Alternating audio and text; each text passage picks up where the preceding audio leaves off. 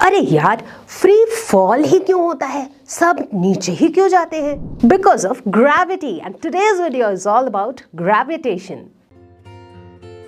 Pretty sure कि आप में से अधिकतर लोगों ने ग्रेविटेशन वर्ड पहले सुन रखा है, क्योंकि 11th में आकर के ग्रेविटेशन आप पहली बार तो नहीं पढ़ रहे हो। हम बचपन से ही ग्रेविटी और ग्रेविटेशन की बातें करते हैं। वही पुरानी कहानियां कि भैया एप्पल जो है वो पेड़ से नीचे ही क्यों गिरता है। किसी भी ऑब्जेक्ट को अगर मैं ऊपर फेंक भी रही हूं तभी भी ये नीचे ही आ रहा है, ऐसा क्यों? जब बारिश होती है तो बारिश ऊपर से नीचे की तरफ ही हो रही होती है। इतना ही नहीं, बहुत सारी ऐसी चीजें जैसे कि प्लैनेट्स, ये मूव कर रही होती हैं एक ऑर्बिट में और ये वहीं पे रह रही होती है। मतलब ऐसा क्यों नहीं होता कि मून जो अर्थ के चारों तरफ मूव कर रहा है वो अर्थ के ऊपर आ गिरे, क्यों नहीं गिरता है? वो वहीं पे क्यों उसी ऑर्बिट में मूव करता है? उसी तरह जो प्लैनेट सन के अराउंड मूव करते हैं वो कैसे और क्यों एक ही जगह पर मूव करते रहते हैं? और इस तरह के बहुत सारे सवालों का आंसर करता है फिजिक्स का ये कॉन्सेप्ट जिसे हम कहते हैं ग्रेविटेशन। तो चलो बच्चों, अब हमारा टॉपिक है प्लैनेटरी मोशन, यानी कि ये जो इतने सारे प्लैनेट्स हैं हमारे यूनिवर्स में, उनके मोशन के बारे में हम पढ़ेंगे। और पढ़ेंगे कहां से? शुरुआत से, उनकी कहानी से, उनकी हिस्ट्री से। तो हम चले जाते हैं करीब करीब कुछ हजारों साल पहले, लगभग 2000 साल पहले, यानी कि बहुत पुरानी बात है, जब टॉलेमी ने पहली बार दिया था जियोसेंट्रिक मॉडल। जियोसेंट्रिक मॉडल, जियो बोले तो अर्थ, सेंट्रिक बोले तो सेंटर। मतलब टॉलेमी का ये कहना था कि हमारा अर्थ जो है, पृथ्वी, जो कि खुद एक प्लैनेट है, अर्थ सेंटर में है और बाकी सारे प्लैनेट्स उसके चारों तरफ घूम रहे हैं। लेकिन इसी के कुछ सालों के बाद कुछ इंडियन एस्ट्रोनॉमर्स लेकर आए हीलियोसेंट्रिक मॉडल। हीलियोसेंट्रिक मॉडल ये कहता था कि अर्थ नहीं बल्कि सन जो है वो सेंटर पे है और बाकी सारे प्लैनेट्स सन के चारों तरफ रिवॉल्व कर रहे हैं, सन के चारों तरफ घूम रहे हैं। देखते ही देखते समय बीता गया और फिर आए निकोलस कोपरनिकस, जिन्होंने दिया कोपरनिकस मॉडल, जिसमें उन्होंने कहा कि हाँ, ये बात बिल्कुल सही है कि सारे के सारे प्लैनेट्स जो हैं वो सन के चारों तरफ घूम रहे हैं, लेकिन ये सारे सर्कुलर ऑर्बिट्स में घूम रहे हैं। यानी कि सन ऐसे है और सन के चारों तरफ ये जो प्लैनेट्स हैं ये सर्कुलर पाथ में घूम रहे हैं। ये सिर्फ यही नहीं बल्कि ऐसे कई और साइंटिस्ट्स आए जैसे कि टाइको ब्राहे, जिन्होंने इनफैक्ट अपने पूरे लाइफ टाइम स्पेंड कर दी सिर्फ प्लैनेट्स को ऑब्जर्व करते हुए। और फाइनली आए जोहान्स केपलर, जिन्होंने दिए Kepler's laws of planetary motion, जिनके बारे में हम अभी काफी डिटेल में पढ़ने वाले हैं। क्यों पढ़ने वाले हैं? क्योंकि केपलर्स लॉ के बेसिस पर ही न्यूटन ने दिया था यूनिवर्सल लॉ ऑफ ग्रेविटेशन। अब आज का हमारा जो लेसन है ये ग्रेविटेशन का लेसन है, जिसमें हम बड़ी ही तसल्ली से, बहुत ही डेप्थ में जा करके यूनिवर्सल लॉ ऑफ ग्रेविटेशन को समझने वाले हैं। अब भाई, यूनिवर्सल लॉ ऑफ ग्रेविटेशन जब केपलर्स लॉ पे बेस्ड है तो केपलर्स लॉज को जानना तो जरूरी है। तो सबसे पहले बात करेंगे केपलर्स के फर्स्ट लॉ के बारे में, जिसे लॉ ऑफ ऑर्बिट्स भी कहा जाता है। ठीक है, तो क्या कहता है ये लॉ? ये लॉ कहता है कि भाई, अब तक जो बातें कही गई थी वो करेक्ट है कि भाई सन है और सन के चारों तरफ ये प्लैनेट्स मूव कर रहे हैं, लेकिन ये जो प्लैनेट्स हैं ये सर्कुलर नहीं बल्कि एलिप्टिकल ऑर्बिट में मूव कर रहे हैं। राइट? जैसे कि कोपरनिकस मॉडल में कोपरनिकस ने क्या बोला था कि सारे प्लैनेट्स जो है वो सर्कुलर पाथ में सन के चारों तरफ मूव कर रहे हैं, बट केपलर ने बोला नहीं, सर्कुलर पाथ में नहीं, एलिप्टिकल पाथ में। एलिप्स शेप सबको पता है, दिस इज एलिप्स, मतलब अंडे के शेप को मोर और लेस याद करो, थोड़ा सा not exactly a circle, right, जहां पर एक सेंटर है एंड सारे points are equidistant, not really that. So this is an ellipse. तो एक बार एलिप्स को थोड़ा अच्छे से जान लो। एलिप्स में क्या क्या चीजें होती है? ये हमारा एलिप्स है, इसके अगर दोनों एक्सिस को हम ड्रॉ करें तो एक मेजर एक्सिस जो बड़े साइज का है, एक माइनर एक्सिस, इन्हीं के आधे कर दे तो semi major and semi minor axis हो जाता है। O A semi major axis है, O B semi minor axis है। एलिप्स की खासियत होती है कि भाई यहाँ पर एक सेंटर ऐसा होता नहीं है जहां से एलिप्स के सारे पॉइंट्स इक्विडिस्टेंट होते हैं, लेकिन यहाँ पर दो फोकाई होते हैं, मतलब फोकस यहाँ पे दो होते हैं, F1 F2।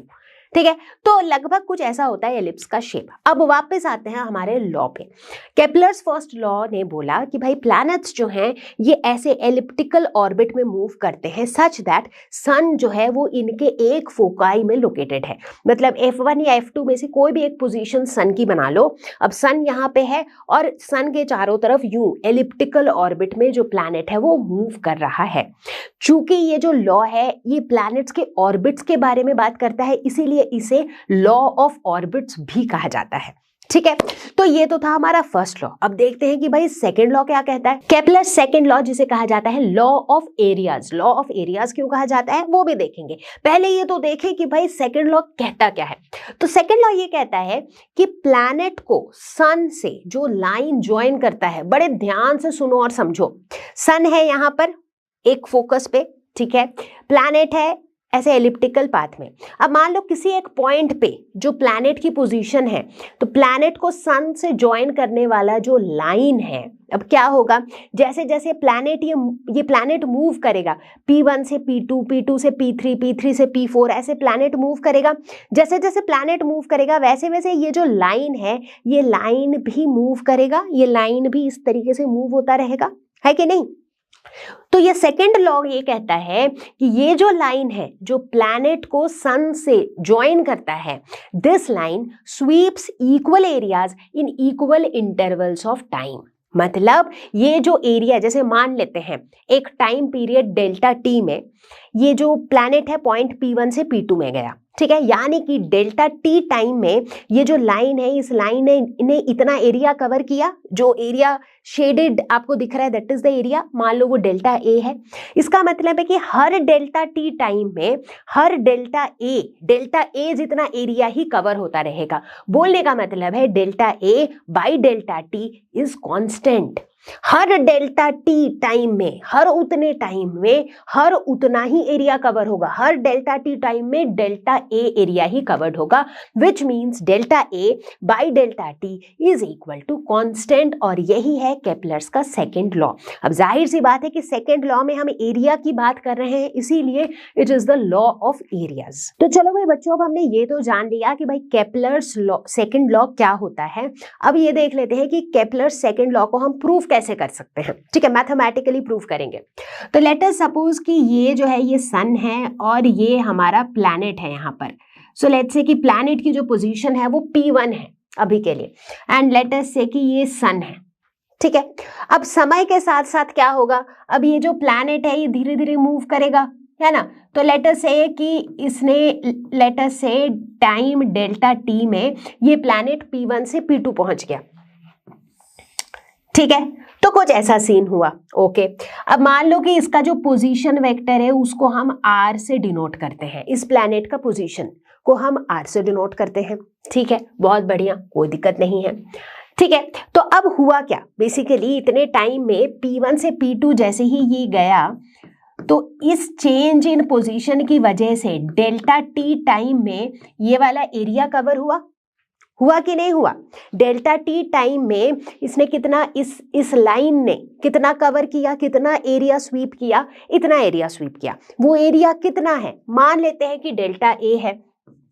तो ये जो डेल्टा ए है ये एक्चुअली में कितना एरिया है, अगर मैथमेटिकली बात करें तो ये इस शेडेड रीजन का हम एरिया निकालना चाह रहे हैं, है ना। तो हम कैसे निकालेंगे, इस शेडेड रीजन को आप एक रफ अप्रॉक्सीमेट एक ट्रायंगल की तरह ले सकते हो। हालांकि एग्जैक्ट ट्रायंगल है नहीं, ये एक एलिप्स का एक छोटा सा सेक्टर है, एक छोटा सा पोर्शन है। ठीक है, तो हाफ इंटू आर इंटू ये वाला distance that is P1 P2। अब ये P1 P2 कितना होगा, आप बताओ मुझे, P1 P2 कितना होगा। P1 P2 बेसिकली क्या है, कितना डिस्टेंस कवर किया गया in time delta T, right. तो अगर मान लो हम ये एज्यूम करते हैं कि इस प्लैनेट की जो वेलोसिटी है दैट इज v, ठीक है, मान लो कि इसकी जो वेलोसिटी है दैट इज v, ये मैंने मान लिया। ठीक है, तो इसका मतलब P1 से P2 जाते दौरान